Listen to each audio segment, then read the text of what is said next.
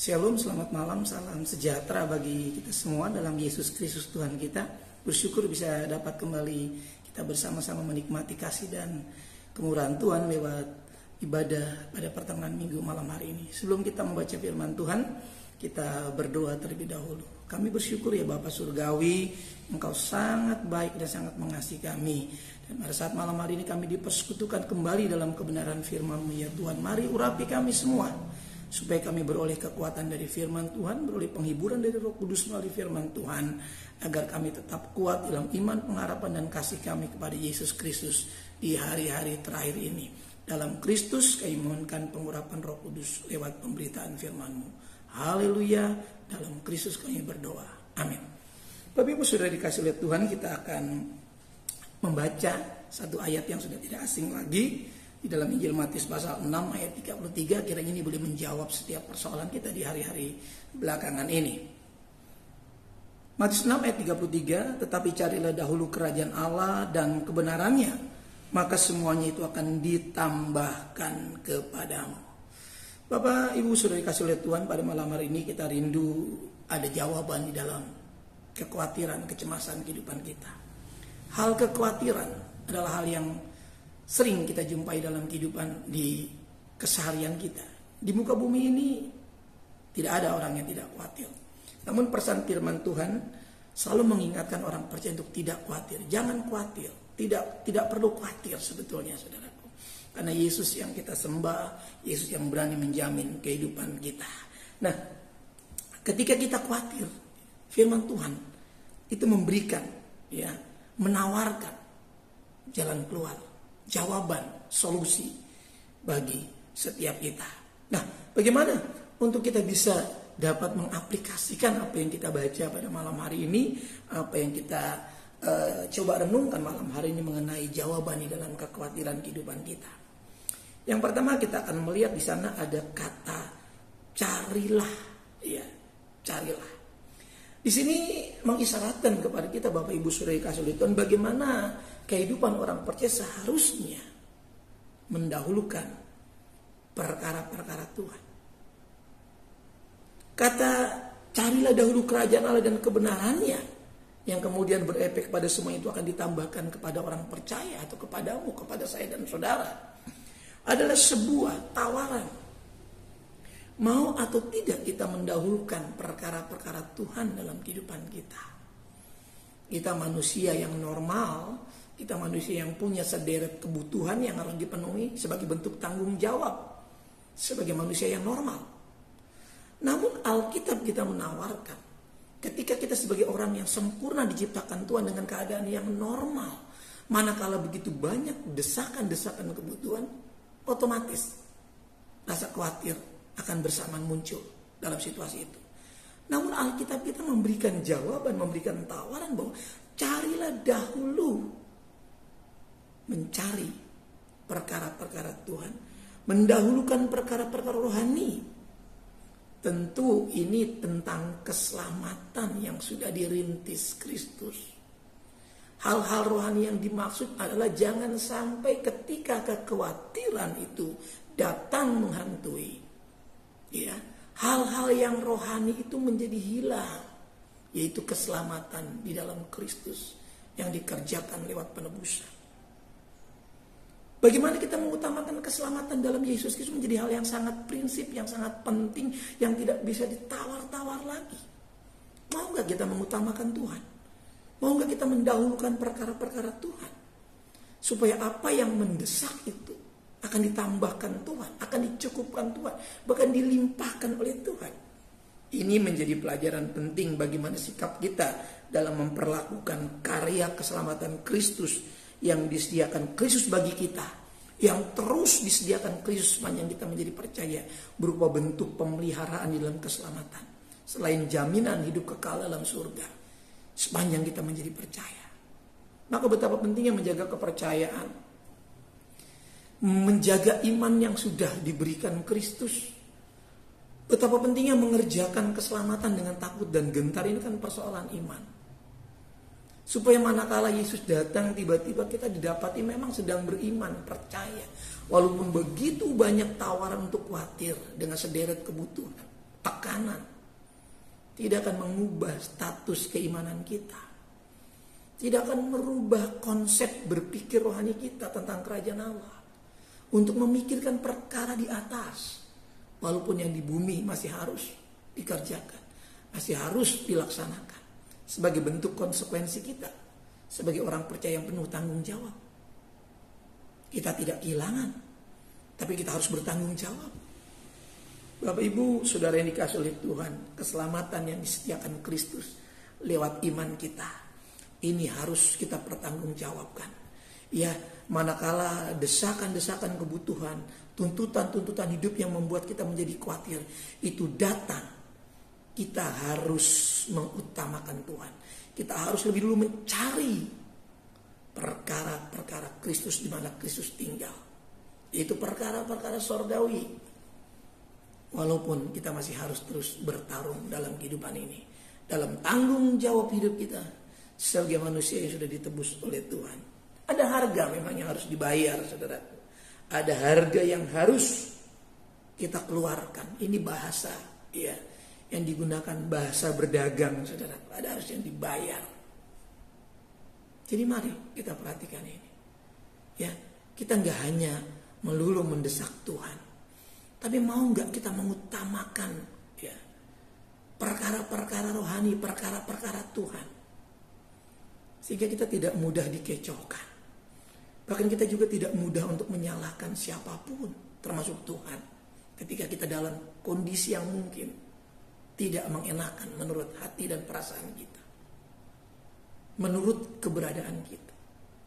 Di dalam Injil Matius 13 ayat 45 sampai 46, ada harga memang yang harus dibayar untuk mencari di sini, saudara. Ayat 45, Matius pasal 13, demikian pula halnya kerajaan sorga itu seumpama seorang pedagang yang mencari mutiara yang indah. Seorang pedagang yang mencari, yang dicari ini mutiara, di pedagang mutiara, yang mencari mutiara yang terindah, ya, yang indah. Ayat 46, setelah ditemukannya mutiara yang sangat berharga, ia pun pergi menjual seluruh miliknya, lalu membeli mutiara itu. Kehidupan kekristenan, ya ketika manakala persoalan datang, kebutuhan yang membuat cenderung ya orang menjadi pesimis, takut, cemas, khawatir, bimbang. Mau enggak orang ini membayar harga? Mau enggak orang ini membarter dengan seluruh keberadaan yang ada itu, dengan sesuatu yang berharga itu?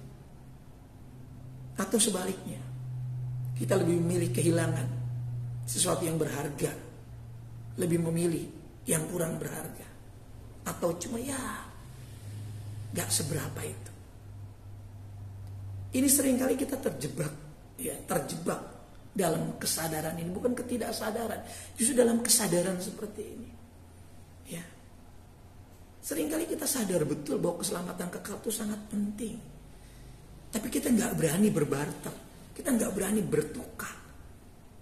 Kita lebih memilih sesuatu yang fana, yang hanya bertahan sesaat. Itu hampir semua manusia melakukan hal itu. Tapi di sini kita belajar dari hal ini. Mau nggak kita membayar harga dan mencari sesuatu yang berharga itu? Dan setelah kita menemukan, dan kita sekarang sudah ditemukan di dalam Kristus, ya. Kristus yang menemukan kita dalam keadaan kita yang sangat hina, yang sangat tidak pantas. Kita diambil dari kegelapan, ditempatkan di dalam terang Kristus yang ajaib. Kita yang bukan siap-siap dijadikan imam-imam Tuhan untuk melayani kehendak Allah, menyenangkan hati Bapa, menyenangkan hati Tuhan, dan tidak mendukakan Roh Kudus Tuhan, dengan hidup mentaati Tuhan, dengan hidup mengasihi Tuhan, dengan rela mengasihi Tuhan. Kita sudah di posisi seperti itu, tapi kita masih di atas muka bumi ini yang masih harus berhadapan dengan rasa khawatir.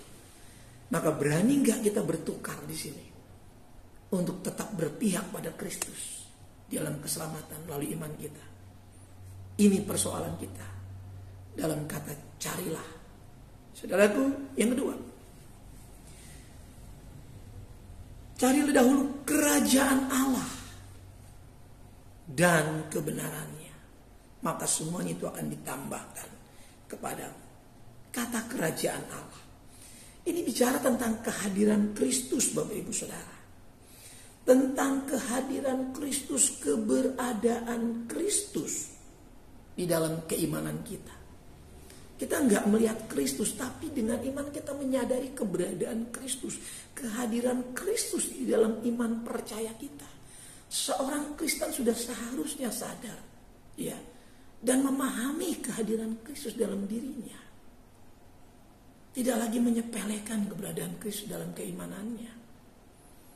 Lebih memilih tinggal dalam kekhawatiran, kesulitan, kesukaran, ketakutan, ketimbang menghargai kehadiran Kristus. Kita lebih senang memilih itu. Ini sebuah peringatan. Kita harus mencari kerajaan Allah serta kebenarannya.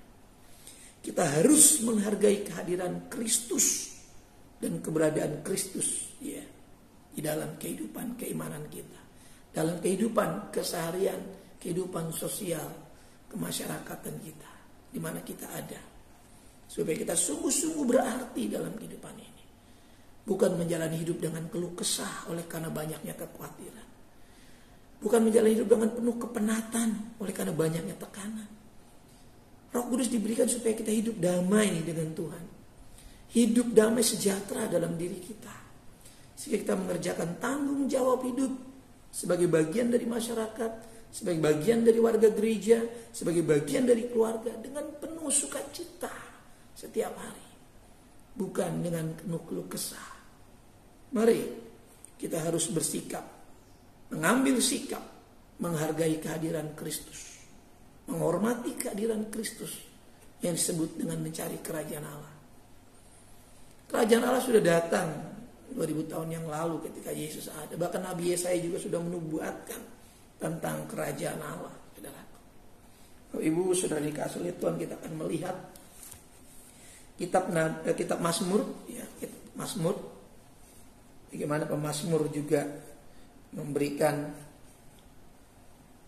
pandangan kepada kita supaya kita sungguh-sungguh meyakini, sungguh-sungguh mempercayai, ya, keberadaan Kristus, kehadiran Kristus dalam kerajaan yang dimaksudkan. Karena kerajaan Kristus adalah kerajaan damai sejahtera. Karena Yesus pernah katakan kerajaan Allah semua sedang datang, ya. Nabi saya juga mengatakan, dan Yesus mengatakan kepada orang-orang Farisi yang itu, sesungguhnya kerajaan Allah tidak jauh daripadamu. Ketika mereka mulai mengatakan yang benar dari firman yang mereka pegang. Mazmur 37 ayat ke-6, ia akan memunculkan kebenaranmu seperti terang dan hakmu seperti siang, ya. Ayat yang kelima, serahkanlah hidupmu kepada Tuhan dan percayalah kepada-Nya dan Ia akan bertindak. Saudara, apa yang dikasihi Tuhan, orang-orang yang mengedepankan kehadiran Kristus, orang-orang yang menghargai keberadaan Kristus dalam kehidupannya, dia akan mengalami bahwa Tuhan akan bertindak dalam hidupnya. Ayat yang kelima mengatakan, serahkanlah hidupmu, termasuk segala tuntutan, kekhawatiran tadi, ya, di mana kekhawatiran itu menuntut, mendesak kita, ya. Serahkan itu semua hidupmu itu kepada Tuhan dan percayalah kepadanya dan Ia akan bertindak. Tindakan Tuhan dalam menolong, saudaraku. Manakala kita ayat 7 dikatakan, berdiam dirilah di hadapan Tuhan dan nantikanlah Dia, jangan marah, ya. Seringkali kita kemudian merasa jengkel karena orang yang berhasil dalam hidupnya, ya, karena orang-orang yang melakukan tipu daya pun kita ikut iri, ya. Kita mulai mengutuki diri kita. Waduh, saya menyesal hidup sungguh-sungguh mempercayai Tuhan. Saya menyesal melakukan firman Tuhan, kok saya masih sakit, kok saya masih susah, kok saya ngadapin masalah. Karena kita gak jujur dalam mengasihi Tuhan, ya. Tuhan sedang memproses kehidupan kita, kita mulai memarahi Tuhan. Ya, kita marah sama Tuhan karena kita anggap Tuhan tidak adil. Orang yang tidak beribadah kok sehat, kok saya beribadah kok sakit. Kok orang yang tidak melakukan, tidak taat firman Tuhan, kok hidupnya diberkati. Saya mentaati firman Tuhan, kok malah saya ngadepin masalah. Kita mulai marah. Berdiam diri, nantikan Tuhan dan tidak perlu marah. Dan Tuhan akan bertindak di ayat yang kelima, saudara. Orang-orang yang menghargai kehadiran Tuhan, kerajaan Allah itu. Ingat, kerajaan Allah itu kerajaan kekayaan damai sejahtera, kekayaan dalam Kristus, aspek-aspek penting dalam surga Itu bisa terrealisasi di dalam nama Yesus melalui keimanan kita sepanjang kita menjadi percaya. Kita belum di surga, tapi perkara-perkara rohani yang kita percayai sanggup membuktikannya di dalam iman kita, bahwa Tuhan akan bertindak dalam iman kita. Ayat yang 5 mengatakan tadi, serahkanlah hidupmu kepada Tuhan dan percayalah kepadanya, dan Ia akan bertindak. Orang-orang yang percaya pada Yesus harus berani menyerahkan hidup sepenuhnya. Jadi jangan pernah kita mengaku Kristen kalau kita nggak berani menyerahkan hidup kita sepenuhnya. Ya, orang-orang yang disebut Kristen, orang-orang yang bergaya hidup seperti Kristus hidup, persis seperti Kristus hidup. Kita bukan Kristus, tapi kita punya gaya hidup seperti Kristus. Gaya hidup yang sangat simpatik dan penuh kasih kepada Bapa, dan mengasihi kehidupan dalam kesesamaan kita ini. Ini penting, saudaraku. Kita nggak hanya berteori setiap minggu dalam peribadatan kita. Kekristenan adalah sebuah pengalaman hidup, manakala kesulitan, kesukaran, manakala kekhawatiran menghimpit. Kekristenan adalah pengalaman hidup. Kekristenan bukan cuma peribadatan setiap minggu, nyanyi-nyanyi, ya lalu pulang ada masalah lagi, nyanyi-nyanyi, ya dengar-dengar khotbah gitu, lalu pulang kembali ke masalah lain. Bukan. Kekristenan setiap saat adalah sebuah pengalaman, sebuah pembaharuan di dalam konsep kehidupan. Konsep-konsepnya mulai diubah, ya. Perwatakan kita mulai diperbaharui dalam Kristus yang disebut dengan karakter. Itu kekristenan. Kekristenan ini bukan menghabiskan masa-masa hidup menjadi orang yang berstatus Kristen, bukan. Kekristenan sebuah perubahan, ya, dari gelap kepada terang, ya, dari tidak tahu menjadi tahu, ya, dari tidak melakukan menjadi melakukan, dari tidak taat menjadi taat. Itu kan kekristenan, saudara. Ya jangan sampai kita mati masih begitu-begitu saja kehidupan kita. Kita tidak sedang mengalami kerajaan Allah. Kerajaan Allah itu soal kebenaran, saudara. Soal sukacita oleh Roh Kudus. Jadi kita pasti cepat atau lambat pasti mengalami kebenaran Kristus. Kebenaran kita yang kita bawa sejak kita lahirin dari orang tua kita. Ya kita punya kebenaran sendiri. Yang firman Allah katakan seperti kain yang kotor, kain yang lara, kain yang gombal itu akan diganti dengan kebenaran Kristus. Kan itu gak akan menolong kita. Kita gak bisa kekeh. Oh menurut saya begini, pokoknya saya mau ini. Gak bisa, saudaraku. Gak bisa jadi orang seperti itu. Dan saudara gak akan mengalami jaminan Tuhan. Karena manakala kita berdiam diri, ya menantikan Tuhan, menyerahkan hidup, mempercayakan diri dan percaya kehadiran Kristus, dan kita memperlakukan kehadiran Kristus dengan baik, Tuhan akan bertindak. Kita akan bersaksi, oh benar memang Tuhan tolong kita. Yang terakhir, Bapak Ibu Saudara dikasih oleh Tuhan. Jadi kita harus betul-betul mengerti kerajaan Allah ini. Maka kita harus betul-betul menghargainya. Ya kita betul-betul meresponnya. Bagaimana sifat kita, apakah kita responsif atau tidak, ya, apakah kita kemudian proaktif atau tidak, apakah kita kemudian bisa protektif atau tidak, saudaraku, ya. Bagaimana kita bisa protektif, maksudnya kita bisa nggak menjaga suasana kerajaan Allah damai sejahtera itu. Manakala kekhawatiran menghimpit, jangan sampai kekhawatiran datang kita nggak bisa memproteksi diri kita dalam kerajaan itu. Ya, karena kita nggak percaya kerajaan itu sanggup memberikan damai sejahtera. Dan kita juga harus bahagia menyambut ini, saya katakan proaktif. Kita harus menyambut kerajaan selalu dengan bahagia, dengan sukacita. Ya. Kemarin waktu saya agak kurang enak badan, saudaraku, saya mulai menyembah bersama Ibu Gembala. Saya ambil gitar, Ibu Gembala juga masih dalam proses pemulihan. Saya ambil gitar, saya mulai hidupkan bahwa firman Allah, saya pegang janji Tuhan bahwa hati yang gembira adalah obat yang manjur. Ya, saya bisa kenapa-napa, saudara juga bisa kenapa-napa. Tapi sepanjang kita sedang mengalami pergumulan, kita harus hidupkan janji firman Tuhan. Kita nggak bisa kekeh dengan kehidupan ini. Kehidupan ini pasti berakhir, ya, cepat atau lambat. Tapi kita bagaimana sikap kita, proaktif atau tidak kita dalam keadaan ini. Kita bahagia nggak menyambut keadaan-keadaan ini. Ketika kurang sehat kita ambil gitar, kita bilang hati yang gembira obat yang manjur. Saya mulai menyanyi, menyembah Tuhan, puji Tuhan. Beroleh kekuatan. Apa saya nggak bisa lemah lagi? Bisa lemah lagi karena aktivitas, kelelahan, kesibukan, bisa, saudaraku. Tapi ketika kita sadar bahwa kita harus proaktif menyambutnya dengan bahagia, ketika kita lemah, sakit, kekurangan, khawatir, kita memuji Tuhan, ya. Dan respon kita ini penting. penting sekali bagaimana tanggapan kita. Bagaimana kita bisa menanggapi tawaran Tuhan untuk carilah dahulu kerajaan serta kebenarannya, maka semua akan ditambahkan kepadamu. Bagaimana respon kita, tanggapan kita? Maka saya mau katakan kepada kita semua di ayat yang kemudian di dalam Injil Matius pasal 3 ayat 2 dan 3. Bertobatlah sebab kerajaan sorga sudah dekat. Sesungguhnya dialah yang dimaksudkan Nabi Yesaya ketika ia berkata, ada suara orang yang berseru-seru di padang gurun, persiapkanlah jalan untuk Tuhan, luruskanlah jalan baginya. Perhatikan di sana. Ibu, saudara ini dikasih oleh Tuhan. Tuhan Yesus Kristus sudah hadir 2000 tahun yang lalu. Dan Matius mencatat Nabi Yesaya bahwa Yesus adalah sebagai bentuk kehadiran kerajaan Allah. Orang-orang yang mencari kerajaan akan menemukan Kristus dalam dirinya. Orang-orang yang bertemu dengan Kristus pasti mengalami Kristus. Mengalami kuasa dalam Kristus, saudaraku. Maka apa yang akan ditambahkan Kristus kepada kita? Kekuatan, kesehatan, hikmat, dan pengertian yang daripada Tuhan juga akan diberikan kepada saya dan saudara. Saudaraku, di dalam Markus 10 ayat yang ke-30 saya akan baca sebagai penutup renungan kita malam hari ini.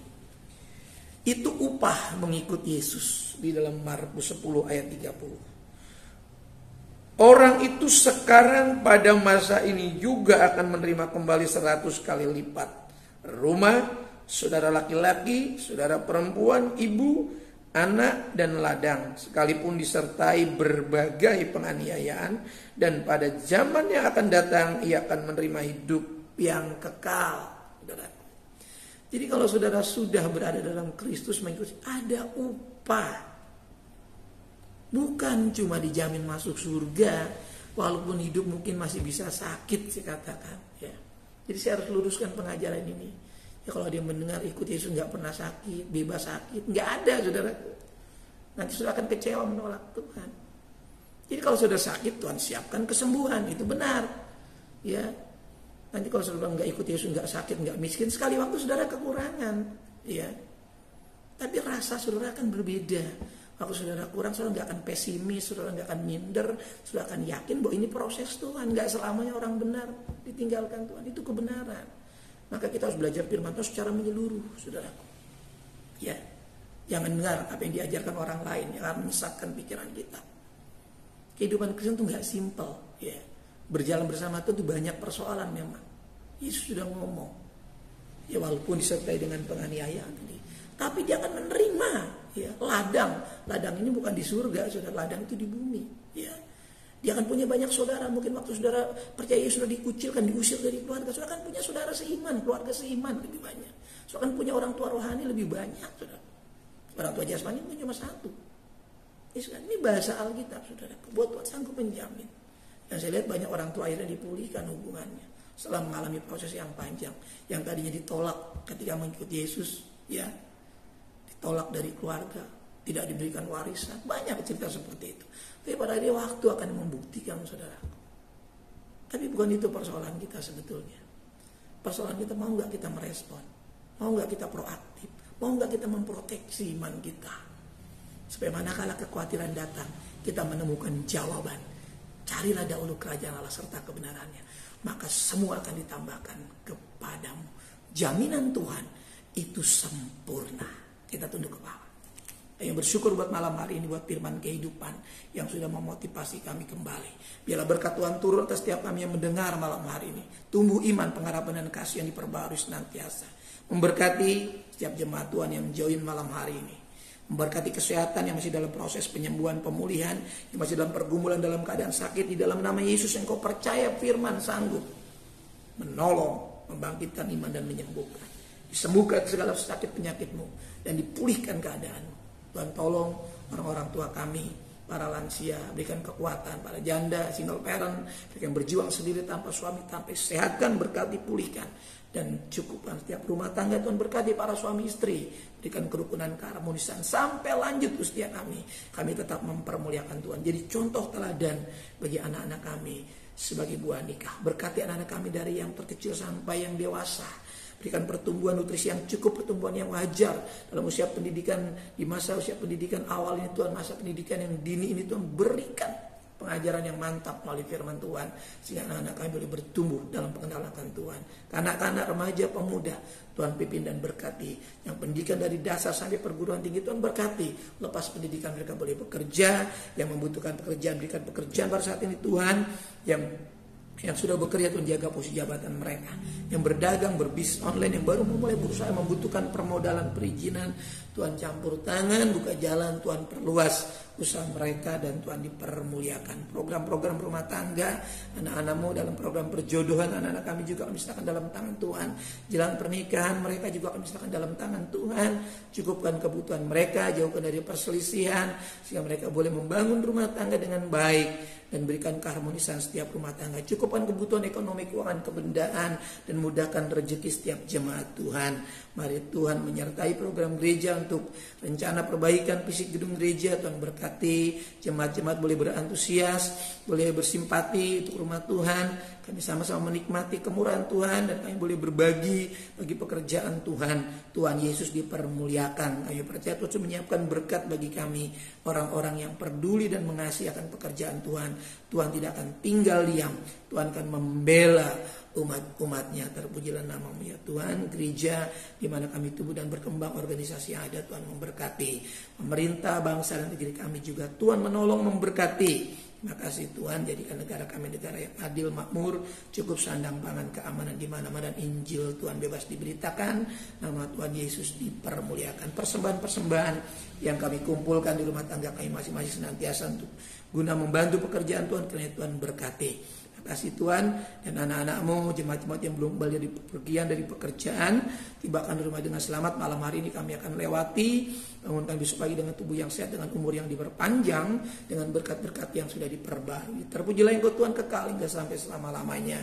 Kiranya Engkau dipermuliakan dalam ibadah kami pada malam hari ini. Jemaat yang dikasihi oleh Tuhan, mari sama-sama kita buka kedua belah telapak tangan kita arahkan aktivitas kita, dan kita akan menerima berkat Tuhan. Turunlah kiranya anugerah, damai sejahtera dari Bapa kita yang di sorga, kasih sayang dan kecintaan dari pengantara yang hidup, yaitu Tuhan Yesus Kristus, persekutuan keintiman Roh-Nya Maha Kudus, menyertai saya, menyertai saudaraku sekalian yang mulai malam hari ini sampai fajar Maranatha. Tuhan menjemput kita di awan-awan yang permai. Dalam berkat nama Tuhan Yesus Kristus, kita ini berkati Tuhan, sama-sama katakan amin. Shalom, selamat malam, Tuhan memberkati kita.